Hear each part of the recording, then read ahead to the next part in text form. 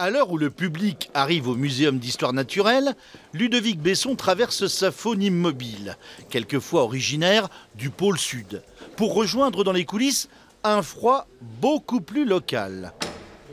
C'est un congélateur de 200 litres qui est rempli d'oiseaux morts. Vous avez essentiellement des animaux qui ont été tués par des véhicules, des chats ou des chiens. L'essentiel, c'est ça. On est en fait un service d'archives. On conserve, si on veut témoigner de l'évolution, des marqueurs chronologiques et géographiques de la vie animale et végétale. Cette chouette effraie a été ramassée par le personnel de l'autoroute le 9 novembre 2012 à 7h57 à Levé dans le Cher. C'est un animal qui a été bagué en Allemagne. Grâce à cette bague, on sait exactement quand est-ce qu'il a été bagué, quand est-ce qu'il a été repris, on sait le nombre de kilomètres qu'il a fait et ça nous informe sur la biologie de cette espèce. On enlève, on gratouille.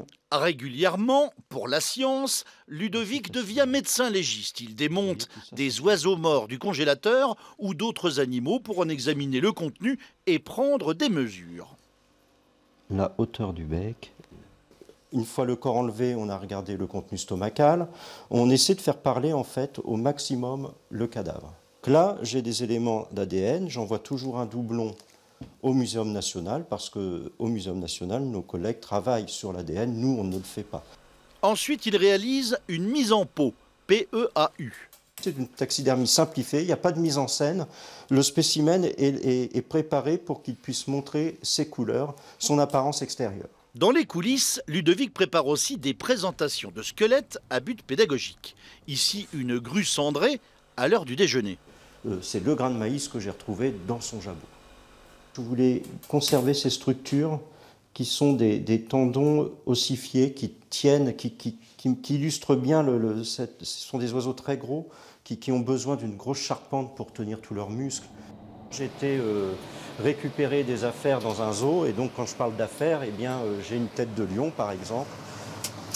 C'est un animal qui est mort au zoo de Besançon. Ils nous ont proposé des cadavres, donc quand j'ai su qu'il y avait une tête de lion, on n'a pas de crâne de lion ici à Bourges, donc c'est mon prochain travail, c'est de dépouiller cette tête et de préparer le crâne. En attendant, sur son bureau, l'un des chantiers en cours est justement un crâne de tigre, mort lui aussi de vieillesse, au zoo de Besançon.